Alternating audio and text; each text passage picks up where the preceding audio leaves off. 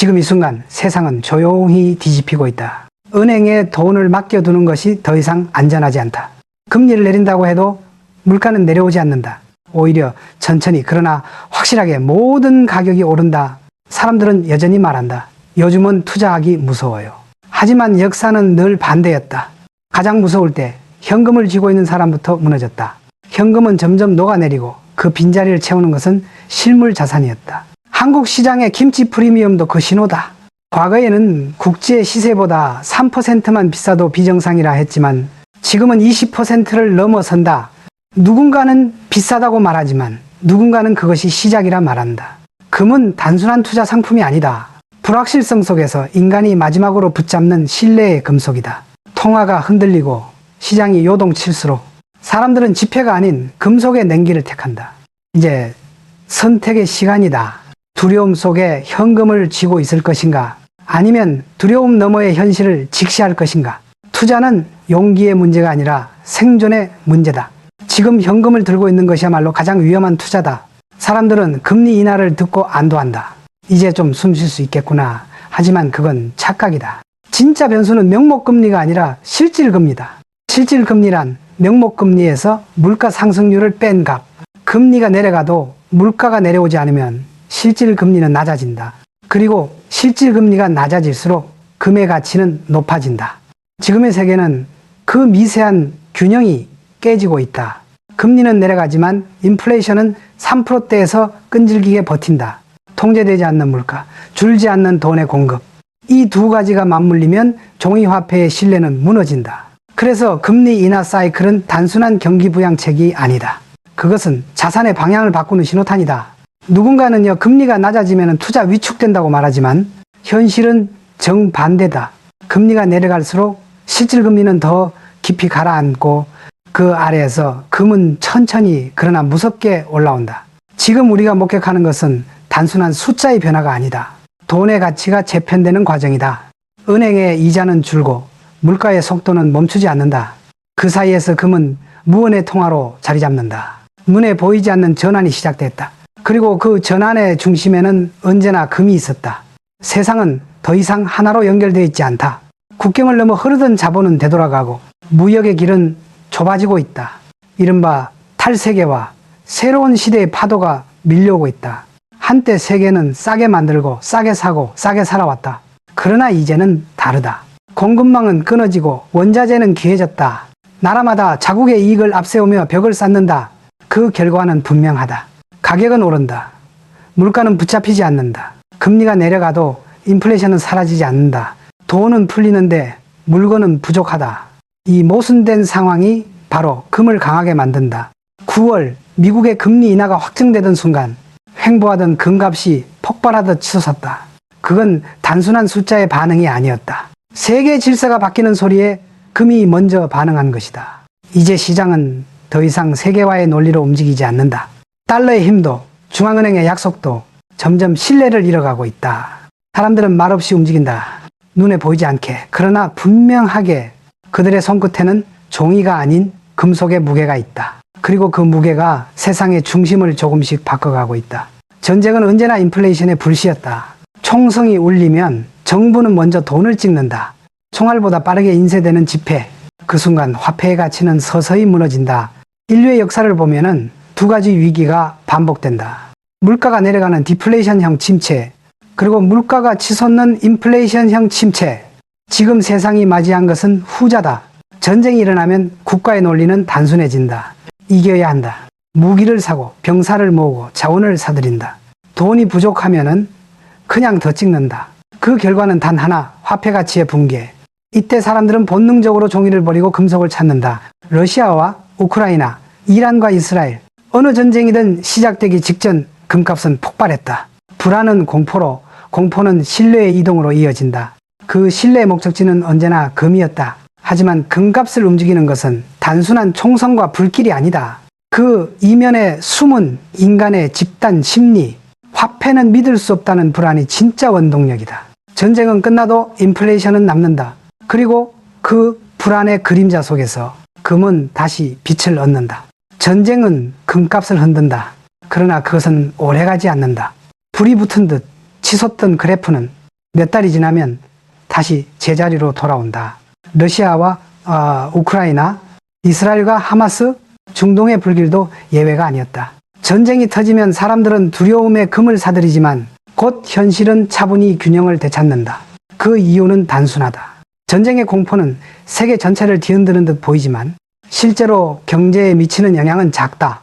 거대한 지구의 규모 속에서 하나의 전쟁은요, 작은 파문일 뿐이다.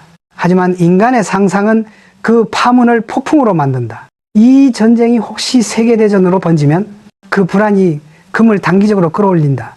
그러나 시간이 지나면 공포는 익숙함으로 바뀌고 시장은 다시 냉정해진다. 역사는 늘 그랬다. 불안이 최고조일 때 금은 불꽃처럼 타오르고 공포가 가라앉으면 재처럼 식는다. 그래서 현명한 투자자는 불안에 사지 않는다. 불안이 잦아든 순간을 기다려 조용히 금속을 손에 쥔다. 금의 가치는 전쟁이 아니라 인간의 마음에서 움직이기 때문이다. 한국의 금 시장에는 독특한 신호가 있다. 김치 프리미엄, 국제 시세보다 국내 금값이 더 비싸게 거래되는 현상이다. 예전엔 3%만 높아도 모두가 놀랐다. 너무 비싸다. 이제 떨어질 거야. 하지만 지금은 다르다. 그 수치가 10%, 15%, 심지어 20%를 넘는다. 그리고 아무도 이상하다고 말하지 않는다. 이 변화는 단순한 가격의 문제가 아니다. 심리의 변화다. 사람들은 더 이상 금을 팔기 위한 자산으로 보지 않는다. 지키기 위한 수단으로 본다. 과거엔 금값이 오르면 다들 매도했다.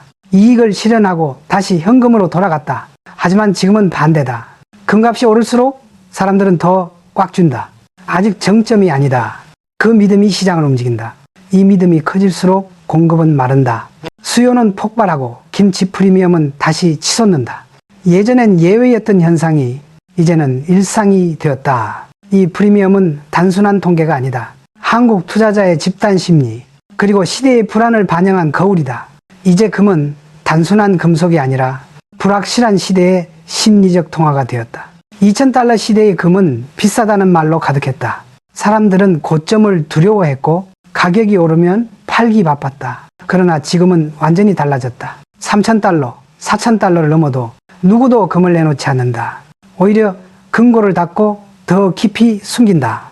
왜냐하면 이제 사람들은 안다. 이건 끝이 아니라 시작이라는 걸. 공급은 멈췄고 수요는 폭발했다. 누군가 팔지 않으면 누군가는 어떤 가격에도 사야 한다. 그 간극이 김치 프리미엄을 만든다. 한때 5%면 과열이라 했던 시장이 이제는 20%, 곧 30%를 예고한다. 이건 단순한 수치의 변화가 아니다. 신뢰의 이동이다. 종이 화폐에 대한 믿음이 금속으로 옮겨가고 있다. 그 믿음이 모일수록 금의 무게는 더 커진다. 사람들은 이성을 잃은 게 아니다. 이성적으로 판단한 끝에 종이를 버린 것이다. 돈의 미래를 믿지 못할 때 인간은 본능적으로 실물을 찾는다. 이제 금은 단순한 상품이 아니다. 그것은 두려움을 견디는 신뢰의 형태다. 역사는 언제나 같은 경고를 남긴다. 1930년대 대공황, 1970년대 인플레이션 폭발, 두 시기는 다르지만 결말은 같았다. 현금의 가치는 무너지고 금은 폭등했다. 1930년대 미국은 근본위제를 폐지했다. 정부는 국민이 금을 보유하는 것을 불법으로 만들었다. 하지만 사람들은 포기하지 않았다. 그들은 금 대신 금광 주식을 샀다. 주식시장이 89% 폭락할 때 금광주는 5배 올랐다. 1970년대에는 상황이 더 극적이었다. 달러는 약해지고 오일 쇼크가 세상을 흔들었다. 그 시절 금값은 26배나 상승했다. 사람들은 깨달았다. 종이는 약속이고 금은 실체다. 지금 우리가 서 있는 자리도 같다. 주식이 오르고 부동산이 오르고 모든 자산이 함께 불타오르는 시대. 하지만 그건 부의 확장이 아니라 현금 가치의 붕괴다. 종이 위의 숫자는 늘어나지만 그 숫자가 의미하는 실질 가치는 줄어든다. 이것이 바로 역사의 반복, 그리고 금이 다시 부활하는 이유다. 금은 위기를 예언하지 않는다. 그저 인간이 같은 실수를 반복할 때 조용히 그 자리에 서 있을 뿐이다. 사람들은 편리함을 원했다. 그래서 금을 직접 사는 대신 ETF와 선물 계약이라는 종이금을 선택했다. 클릭 한 번이면 거래가 끝나고 금고도 필요 없다. 그러나 그 편리함 뒤에는 보이지 않는 함정이 있다. 세상에는 실제 금보다 138배 많은 금이 거래되고 있다. 존재하지 않는 금이 숫자로만 오간다. 이것이 바로 리하이포테케이션, 즉 중복 담보의 세계다. 만약 모든 투자자가 동시에 실물을 요구한다면 그들에게 돌아갈 금은 100명 중 단 1명뿐이다. 나머지는 종이 계약서만 손에 쥔 채 남게 된다. 그 순간 시장은 붕괴한다. 2022년 니켈 사태가 그 전조였다. 존재하지 않는 니켈이 거래되다. 실물 인도 요구가 폭발하자 거래소는 모든 계약을 강제로 취소했다. 금도 다르지 않다. 실물이 부족한 시장에서 종이금은 언제든 사라질 수 있다. ETF는 편리하지만 영원하지 않다. 진짜 금은 서버에 저장되지 않는다. 그것은 손끝에서 느껴지는 무게, 금속의 차가운 신뢰로만 존재한다. 편리함은 언제나 위험과 함께 온다. 진짜 투자자는 숫자가 아니라 실체를 가진 무게를 믿는다. 모든 사이클에는 끝이 있다. 금의 상승도 예외가 아니다. 초반에는 천천히, 중반에는 힘차게, 그리고 후반부에는 미친 듯이 달린다. 지금은 그 중반과 후반의 경계선에 서 있다. 모든 자산이 오르고 현금의 가치는 녹아내리고 있다. 사람들은 늦게 깨닫고 금을 찾는다. 그때부터는 속도가 달라진다. 하지만 기억해야 한다. 금은 영원히 오르지 않는다. 역사 속에서 고점에 오른 금은 20년의 횡보와 70%의 조정을 겪었다. 모두가 안심할 때 사이클은 이미 끝나 있었다. 따라서 현명한 자는 흥분하지 않는다. 한 번에 사지도 한 번에 팔지도 않는다. 조용히 일정한 간격으로 금의 무게를 자신의 시간에 맞춰 쌓아간다. 언젠가 다시 긴 침묵의 시기가 온다. 그러나 그때도 금은 사라지지 않는다. 가치가 잊혀질 뿐 본질은 남는다. 돈이 흔들리고 신뢰가 무너질 때마다 금은 다시 깨어난다. 그리고 그 순간을 준비한 자만이 역사의 다음 사이클을 맞이한다. 이 시나리오는 여기서 끝나지만 역사는 또다시 같은 질문을 던질 것이다. 당신은 이번에도 종이를 믿을 것인가? 아니면 금속의 진실을 붙잡을 것인가?